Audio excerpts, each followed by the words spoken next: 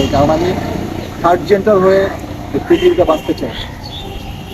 তার কারণে চেষ্টা করতেছি আমার ভবিষ্যৎ যেন অন্ধকার না হয়, যেন আলো ফুটাতে পারি। এই জন্য আপনার যদি নিজের সন্তান বা ছেলে বা ছোট ভাই মনে করে, ভুল কি সবারই হয়, আমার যদি কোনো ভুল হয়ে থাকে, অনলাইনের মাধ্যমে যদি আমার কোনো অন্যায় দেখে থাকে, তাহলে আমি ক্ষমা চাচ্ছি, আমাকে মাফ করবো। আসলে আমি যে বেঁচে থাকবো এটা আমি বুঝতেও পারিনি যে আমি বেঁচে থাকবো। তারপরও বাংলাদেশের চিকিৎসায় আমি বেঁচে আছি, এটার জন্য আলহামদুলিল্লাহ।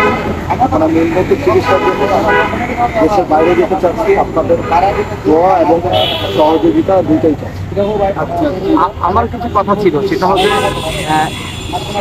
এখন আপনার যে টুকরা অংশটুকু আপনার টুকরা অপারেশন করার পর যেটা লাগানো হয়েছে, আসলে